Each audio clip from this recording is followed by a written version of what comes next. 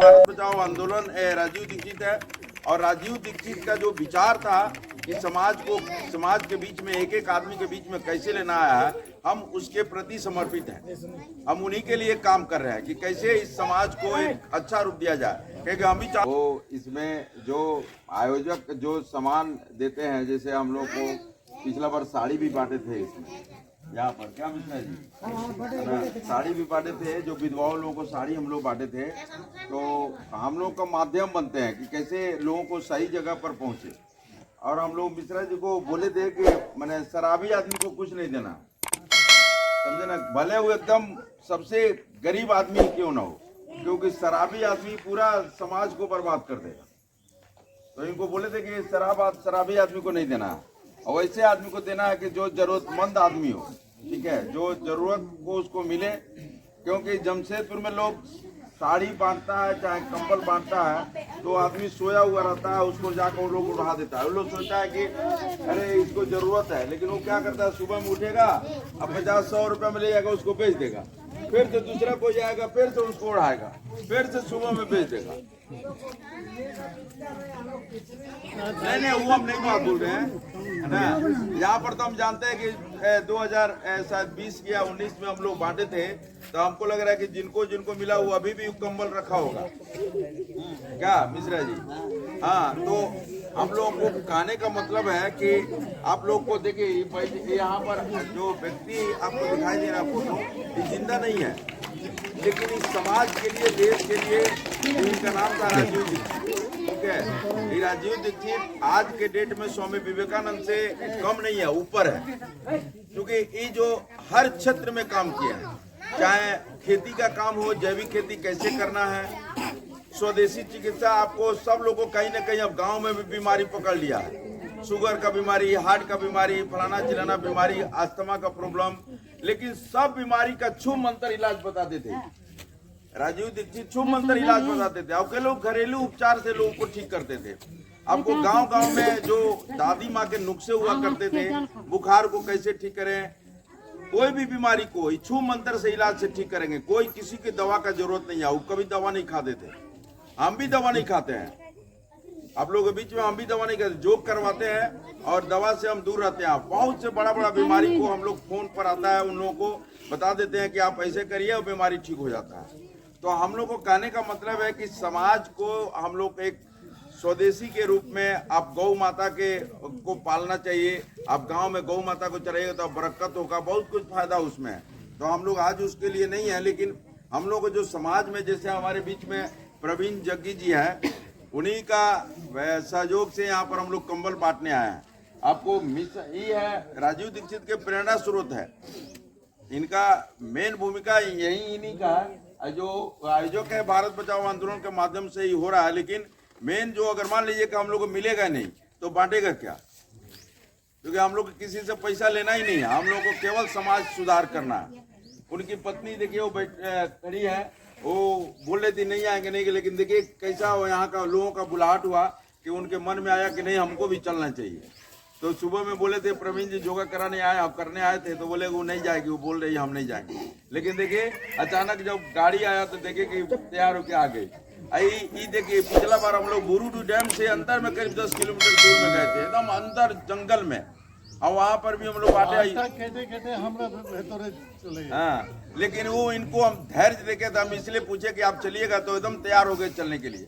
हाँ, हम लोग तो फ्री आदमी है, हम लोग हर जगह जाते हैं, आप लोग बीच में हम कितना बार आए हैं। तो इसमें बहुत बड़ी भूमिका है आपका श्रीमंत मिश्रा का, जो आप लोग एक अच्छे आदमी और समाज के लिए समर्पित आदमी को रखे हो। इसलिए हम लोग मान लीजिए कि यहाँ पर कंबल बांटना है, तो कंबल आएंगे बांटेंगे तो लूट हो जाएगा, सही आदमी को मिलेगा नहीं, लोग खींचातानी करने लगेगा तो सही आदमी को नहीं। तो इनको हम लोग बोले कि आप व्यवस्था करिए, आदमी को हम लोग आएंगे और आपके माध्यम से लड़का लोगों को हम लोग, जो एक अरुण अरोड़ा है, नाम सुने होंगे, अगर जमशेदपुर जाइएगा तो जितना स्कूल है करीब 19 का यूनिफॉर्म हाउस जाता है, यूनिफॉर्म हाउस से सामान जाता है। तो उनके माध्यम से हम लोग को स्वेटर भी आया हुआ, बच्चों लोगों को छोटा से जो हमको लग रहा है सबका साइज मिल जाएगा। तो हम लोग को स्वेटर भी बांटना है और आपको बीच में कंबल भी जिनका जिनका मिश्रा जी के साथ नाम लिखा होगा उनके बीच में आए। लेकिन प्रेरणा स्रोत हम लोग भारत बचाओ आंदोलन राजीव दीक्षित है। और राजीव दीक्षित का जो विचार था कि समाज के बीच में एक एक आदमी के बीच में कैसे लेना आया है, हम उसके प्रति समर्पित हैं। हम उन्हीं के लिए काम कर रहे हैं कि कैसे इस समाज को एक अच्छा रूप दिया जाए। क्योंकि हम ही चाहते तो हमारा बेटा अंग्रेजी मीडियम में नहीं पढ़ रहा है, गुरुकुल में पढ़ रहा है। हम चाह रहे हैं कि वो हमारा बेटा भी समाज सेवा करे। उसको नौकरी नहीं करना है, चूंकि डिग्री मिलेगा ही नहीं तो नौकरी नहीं करेगा। लेकिन आप लोग यही बोल रहे हैं कि जो जमशेदपुर से हम बहुत आदमी देखे हैं, नाम नहीं बोलेंगे, आपके स्कूल में लोग पढ़ाने आते हैं और रहने वाले हैं पटमदा के, लेकिन जाकर रहते हैं टाटा में, पूरा पॉल्यूशन खाते हैं पूरा वहां पर।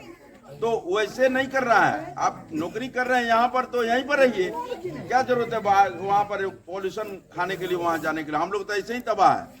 तो आपको यहाँ पर कितना प्रकृति के बीच में रह रही धूप कहीं मिलेगा नहीं, मिलेगा क्या प्रवीण?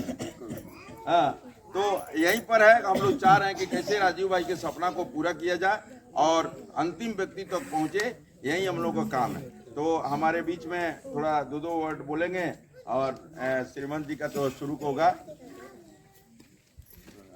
আমাদের এই রাগদি গ্রামে মানে রাজীব দীক্ষিতজি মানে উনার প্রেরণায় ভারত বাঁচাও আন্দোলনের মানে সংস্থাপক আমাদের ভাই অরবিন্দ প্রসাদ, সাথে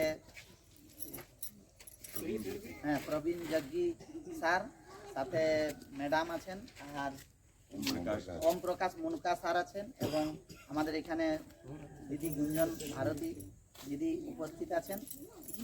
এই রাজীব দীক্ষিতজি মানে সমাজকে ভালোভাবে চলার জন্য মানে সুস্থ সবল সমাজ, আমাদের নেশামুক্ত সমাজ, কি করে আমরা আত্মনির্ভর ভারতের কল্পনা মানে ইয়ে করে ভারতকে আগে নিয়ে যাব, এনার জন্য গোটা জীবন সংঘর্ষরত হয়েছিলেন। বা মানে বিশেষ করে ইনি মানে নশার বিরোধী মানে ইয়ে ছিলেন যে নেশা করলে আমাদের কী হবে, মানে যে কোনো নেশা পান করলে আমাদের মানে বিচার করার যে ক্ষমতা সেটা আমাদের লোপ হয়ে যাবে, আমরা ভালো মন্দ বুঝতে পারবো না। এবং আমাদের এই ভারতবর্ষ আমাদের কৃষি প্রধান দেশ, আমরা কৃষি এবং মজদুরি করে প্রায় 70 থেকে 80% লোক আমরা মানে মোটামুটি যদি 16 আনার মানে যাকে বলে 12 আনা আমরা ওই সব লোক আছি গ্রামে গঞ্জে। এমনিতেই আমাদের জীবন যুদ্ধ খুব সংগ্রামের।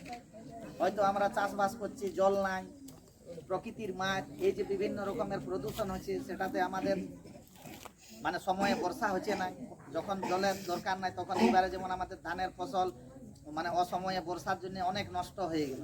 হয়তো চালের দাম এমনি সাধারণ মানুষ 50 টাকার নিচে কিনতে পারবে না এই বছর, এরকম হবে। তাহলে এই যে এইগুলা হচ্ছে এগুলা আমাদের মানে নিজেদের দোষে হচ্ছে। আমরা যতক্ষণ পর্যন্ত না, এমনকি শহরের মানুষ তো ওনারা মজবুরিয়ে থাকেন, শহরে ওনাদেরকে অবলম্বন করতেই হবে, কিন্তু গ্রামের লোকও আমরা শহরের সভ্যতায় মানে ওরকমই হব বলছি। যেমন আমরা হয়তো মনে করুন আগে মাটির হাঁড়িয়ে খাওয়া হতো, এখন আমরা কেউ কি মাটির হাঁড়িয়ে খাওয়া? এখানে মনে করুন হয়তো যারা মানে হাঁড়ি বোনা লোক গেলেও এখন অ্যালুমিনিয়ামের হাঁড়িয়ে ওটা কিনে অ্যালুমিনিয়ামের মানে অ্যালুমিনিয়ামে মানে রাজীব দীক্ষিতজি যতগুলা জিনিস ইয়ে করেছেন সব মানে এগুলা উনি পরীক্ষা করে আর কথাগুলা বলেছেন। উনি বলছেন যে মাটির পাত্রে যদি ভোজন রান্না করা হয় তাহলে ওটা 100% গুণগত মানটা ঠিক থাকে খাবারে। কাঁসাতে 97%, পিতলে 93%, স্টিলে 40% আর অ্যালুমিনিয়ামে মাত্র 7%। বাকিটা মানে বিষ ঢুকছে আমাদের পেটে। আমরা যে ইঁদুর মারা বিষ দিই এটা কি রেটকো অ্যালুমিনিয়াম ফসফাইড, ওটা ওই অ্যালুমিনিয়ামের পাউডার খাইয়ে যেমন টেম্পারেচার বাড়ে ইঁদুর মারা যায়, তো আমাদেরও তাই হচ্ছে, লিভারে ক্যান্সার হচ্ছে, নানা রকমের হচ্ছে। আগে কি আমাদের গ্রামের লোকের সুগার, প্রেসার, হার্ট অ্যাটাক এইসব ছিল, কিন্তু আজ আমাদের গ্রামের লোকে যদি চেক করা হয় তো আমরা সবাই রোগ। তার কারণ হচ্ছে আমাদের এই ব্যবস্থা। তো কমসে কম আমাদেরকে গ্রামের লোককে বুঝতে হবে। আর আমরা যদি দেখো এখন যদি জৈবভাবে যদি কেউ চাষ করে ভালো করে, যদি উয়ার একবার স্বাদ আসে যায় মুখে মার্কেটে, তাহলে উয়ার মানে বেশি দামও ওই মালটা আর ওই কিনেই নিবে। এই যে আমাদের পটম দাস সবজি জামশেদপুর নিয়ে গেলে বিক্রি হয় কেন, ইনারা দেখেন যে ওখান থেকে গোবর আসে গাড়িতে গায়ে, তাহলে আমরা খেতে গোবর দিই, দিয়ে চাষবাস করি, খেতেও ভালো লাগে সবজি। কিন্তু পটমদার নাম করে হয়তো বাইরের চালানি মালও বিক্রি করে দিচ্ছে কিছু অসাধু ব্যবসায়ী। ব্যাপার হচ্ছে আমাদেরকে ইমানদার হতে হবে এবং মানে বিষ যুক্ত আহার না খাওয়ার জন্য আমাদেরকে ভাবতে হবে। আমাদের মানে প্রাকৃতিক ভাবে আমাদের যেমন আগে যে কোনো জিনিস হতো প্রথম তাকে জানা যেত যেমন বিলাতি চাষের জন্য, এখন আমাদের এখানে বিলাতি হচ্ছে না, টমাটো হচ্ছে না। আগে কত আড়ত কলকাতা শিয়ালদা বর্ধমানের লোক আসতো কিনতে, এখন হচ্ছেই নেই। তার কারণ কি, মাটি আমাদের দূষিত হয়ে গেছে, মাটিতে মানে অতিরিক্ত রাসায়নিক খাদ যাওয়ার জন্য এরকম হচ্ছে। আমাদেরকে সবাইকে গোপালন আধারিত খেতি করতে হবে, গাই রাখতে হবে, গরু রাখতে হবে, ঠিক আছে, সময়ের বাঁচানোর জন্য ট্রাক্টর সব ইউজ করা, কিন্তু খেতে গোবর জৈবভাবে মানে ওর শক্তিকে বাড়া দিয়ে হবে। নাইলে কি হবে, আমরা যে খাবারটা খাচ্ছি ওটা আমাদের শরীরে যে জিনিসগুলোর চাহিদা সেইটাকে পূরণ করার জন্য খাইতে, তাহলে ওখানে ঘাটতি থাকলে আজ বড় বড় ফুড সাপ্লিমেন্ট কোম্পানি আমেরিকার মানে বিদেশের সব কোম্পানি ফুড সাপ্লিমেন্ট বিকছে, ওটা এখন আছেও কি নাই। কিন্তু হয়তো একটা আমরা থিসি চাষ করতাম, থিসির ক্যাপসুল একটা 25 টাকা মার্কেটে দাম, ফ্ল্যাক্স অয়েল না ফ্ল্যাক্স অয়েল মানে ওই থিসির তেলের মানে ক্যাপসুলের ভিতরে ভরা আছে, 25 টাকা দাম। মানে প্রত্যেকটা জিনিস, সরিষা আমরা কি করছি, চাষ করি, সরিষা বিক্রি করে দিচ্ছি, আর দিয়ে আমরা পোড়া মোবিল সরিষা তেল কিনে আনছি, কালো কুচকুচি একদম, রাহেড় বিক্রি করে দিয়ে রাহেড়ের তেল কি খাচ্ছি আমরা নিজেই জানি। তা আমাদেরকে ইয়ে করতে হবে কি, রাজীব দীক্ষিত জি মানে ইনি স্বদেশী জীবন যাপনের জন্য গোটা জীবন লড়িয়ে গেছেন এবং একটা নশামুক্ত ভারত, সুদৃঢ় ভারত, আত্মনির্ভর ভারতের উনি পরিকল্পনা করেছিলেন। আর উনার প্রেরণায় মানে ইনি টাটা কোম্পানিতে যোগার মানে টাটা স্টিল অ্যাডভেঞ্চার ফাউন্ডেশনে ইনি যোগা করান এবং সেখানে ডাক্তার, ইঞ্জিনিয়ার, বড় বড় জামশেদপুরের যত লোক আছেন ওখানে যোগা করে। শহরের লোক করছে, কিন্তু আমরা গাঁয়ের লোক ভুলিয়ে গেছি। আমরা এখন মোটর সাইকেল ছাড়া চলতে পারছি না, চলা কমিয়ে গেছে আমাদের, তার জন্য আমাদেরও পেট বড় হয়ে যাচ্ছে, নানা রকম রোগ সমস্যা, অসময়ে আমাদের এই খাবার খানপানের জন্য চুল পাকিয়ে যাচ্ছে, অনেক রকমের সমস্যা হচ্ছে আমাদের। তো চেষ্টা করতে হবে কী করে আমরা ভালো থাকবো। আজের ডেটে সুখী সেই যার টাকা দমে আছে, সে সুখী নেই, যে ডাক্তার ঘর যাই নেই ইয়ে সুখী। মানে আজের ডেটে টাকা থাকবে, ফুট করে মরে যাওয়ার কি লাভ, কোনো লাভ নেই। আর মানে যদি আমরা হিসাব কিতাব করি বর্তমানে, तो यदि केव 100 টাকা रोजगार करे ना, और 80-90 টাকা डॉक्टर ही गोटा जीवन सब करा, उससे ज्यादा ही जाता है। इसलिए सुखी इस दुनिया में वही है जो स्वस्थ है एकदम, जिसको दवा खाना नहीं पड़े। नहीं तो आने वाला दिन और विकट होने जा रहा है, हम लोग को खाना से ज्यादा दवाई खाना पड़ेगा। और उम्र तो ऐसे ही 60 साल एवरेज हो गया, पहले 100-120 साल बोलता था आदमी মানে जिंदा रहता था, अभी आधा हो गया। তো আমি এটাই বলবো যে নেশা থেকে দূরে থাকতে হবে, ছেলেকে পড়াতে হবে ভালো করে। আর আমরা কিভাবে মানে মানে আমরা যেমন হব সেরকম, ইনারা শহরে থাকেন, যদি জৈবিকভাবে ইনাদের যেমন আমরা চাষ করে, এখন কত লোক ওরকম ভাবে চাষ করে বিক্রি করছে, ওরা ডবল রেটে বিক্রি করে, মানে খাই একবার স্বাদ হইলে না তখন মানে দামের জন্য পেছাবেন না।